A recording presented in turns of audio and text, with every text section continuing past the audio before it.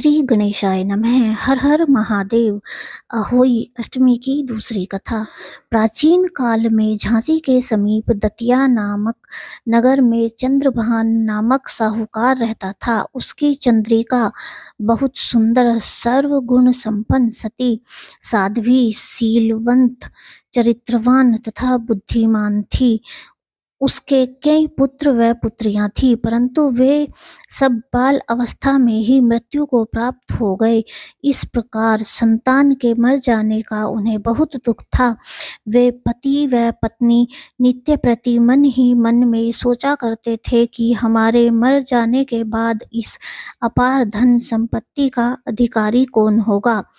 एक दिन उन दोनों ने निश्चय कर लिया कि इस समस्त धन संपत्ति को त्याग कर कहीं वन चल कर भजन करें।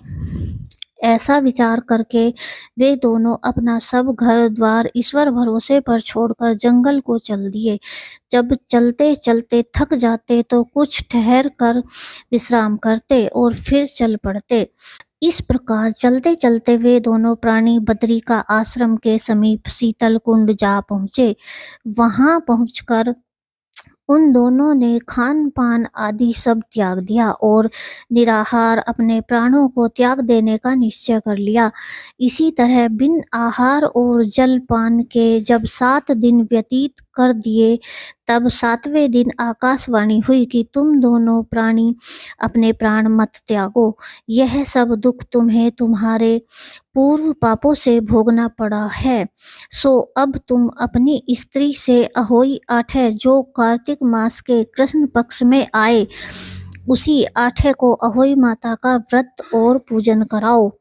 तब अहोई नामक देवी प्रसन्न होकर तुम्हें साक्षात दर्शन देगी।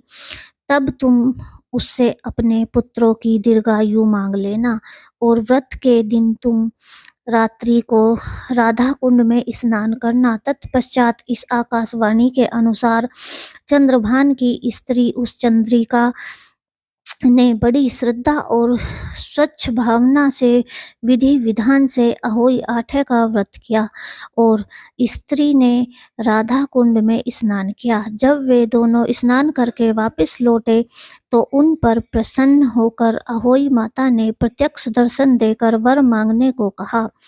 तब उस साहूकार दंपत्ति ने हाथ जोड़कर कहा कि हे माता, हमारे बच्चे कम आयु में ही मृत्यु को प्राप्त हो जाते हैं, सो आप बच्चों की दीर्घ आयु होने का वरदान देने की कृपा कीजिए। अहोई माता ने उन दोनों की मनोवृत्ति को जानकर उन्हें मुंह मांगा वरदान दे दिया। यह कहकर अहोई माता वहीं अंतर्ध्यान हो गई। इसके बाद साहूकार साहूकारिणी लौटकर अपने घर आ गए और अहोई माता की कृपा से कुछ ही दिनों बाद पुत्रवान हो गए और गुणवान बुद्धिमान पुत्र पाकर आनंद विभोर हो गए।